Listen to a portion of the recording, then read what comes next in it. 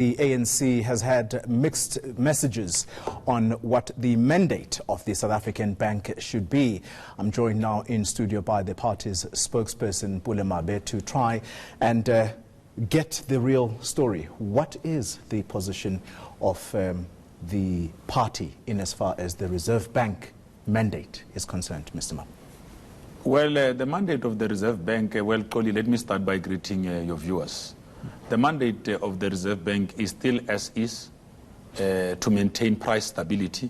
That has not changed, and to make sure that it contributes towards balanced and sustainable economic growth. Was there a resolution taken, therefore, at the three-day Lekgotla to revisit that mandate? Well, there is not necessarily revisiting of the mandate. Or expand the mandate, let me use your words. I mean, it is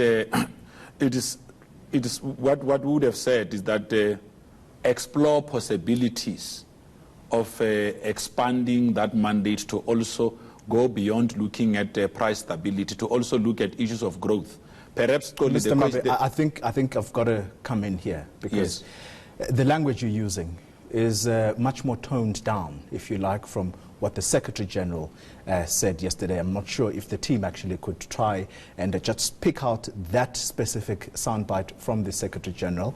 We have been running with the story. Are you seeking to soften the blow of what the Secretary General has said yesterday? Because he seems quite clear that this is a resolution of that three-day Lekgotla. We actually have it. Let's have a listen first before we continue.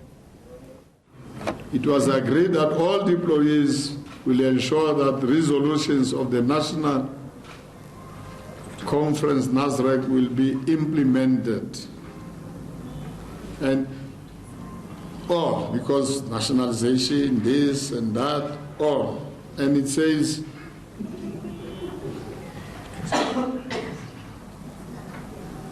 will be fully implemented, and the ANC Lekgotla also agreed to expand the mandate of South African Reserve Bank beyond price stability to include. Mr. Mabe, there are your words. Expand. Correct. That's what he says the Lekgotla has decided. What do you say? Correct. We are expressing exactly that point. But remember that all those things, if they are to take place in the context of that expansion, it will not be done by the ANC. It will have to be done by government. Do deployees of the ANC in government agree with that? Because the finance minister, one of the key deployees of the party in a very crucial ministry, we're in the middle of an economic crisis, Mr. Mabe. Yes. The GDP has declined to 3, or has contracted by 3.2%. Never seen before since 10 years. Well, what we are now doing, Koli, is to make sure that we bring all of our comrades together, be it the head of ETC, our deployees in government in the form of the Minister of Finance, together with the SGO at Lituli House, to make sure that all of us are reading from one script. It is important that at all material times we communicate one singular message. What has been happening for, this is the second time in a row now that the ANC issues contradictory messages after a meeting. Surely that doesn't inspire confidence to South Africans who are looking for change, serious change. Well, I can tell you now, the ANC has not issued any statement retracting the statement it issued.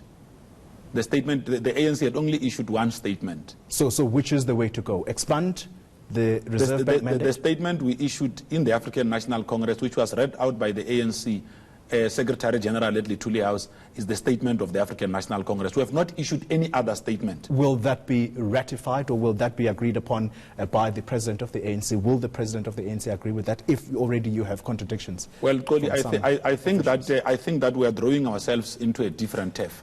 What I was seeking to do was to confirm that we have not issued. If you saw any other statement outside that which we issued yesterday, it's not a sanctioned statement. The statement of the ANC.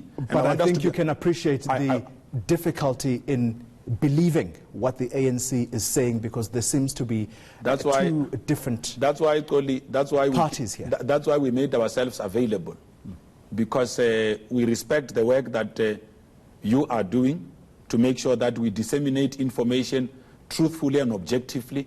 We appreciate, let me just make this point, we appreciate that comrades could have different views on the approach of the African National Congress on the matter, but that does not warrant public spate. If cadres of the movement have got different issues on an issue that the African National Congress shall have pronounced officially in that way through the Secretary General, the address of the ANC has not changed.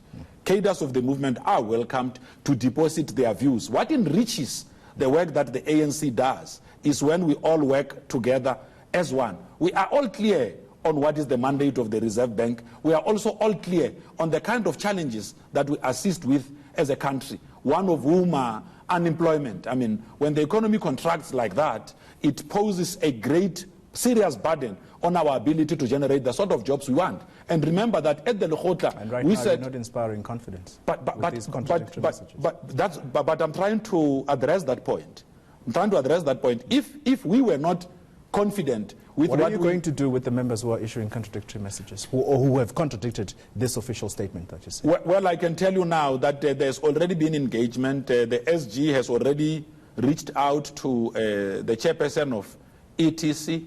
I know that in the shortest space of time, there is going to be internal engagements to make sure that, I mean, we've been just last week, we were talking on how comrades should be using social media platforms. We expect our cadres who have got access to such platforms to use those platforms to communicate and convey messages that will be able to unite the ANC and consolidate the renewal project. We're out of time, but why should South Africans believe you when you say you're going to halve the unemployment rate from 27.6 where it sits to 14% in 5 years? Well, one of the things that we have, the biggest highlights coming out of the Lekgotla is to create a 3-shift system. Make sure that we've got an economy that does not sleep. So currently now you only have a 2-shift system. It means that you are going to have the first 8 hours, have another 8 hours, and have the last 8 hours. Actually, I was talking to a colleague here, I was talking to Comrade Zizi this morning, we're even saying actually it means that you'll have 25 hours worth of work.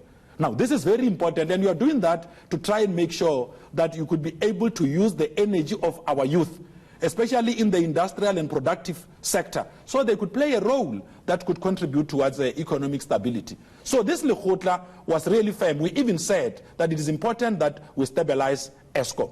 But the other important thing that we raised... How do you plan to do that with Eskom? Very quickly, because the CEO is actually gone. Well, of course, that's why we said the kind of investment you make, the sort of skills you attract to be able to what do is going work, to stabilize Eskom, Well, there's quite a number of things. There's already a turnaround strategy in place. It's not being implemented for as far as... That's why these engagements are taking place, truly.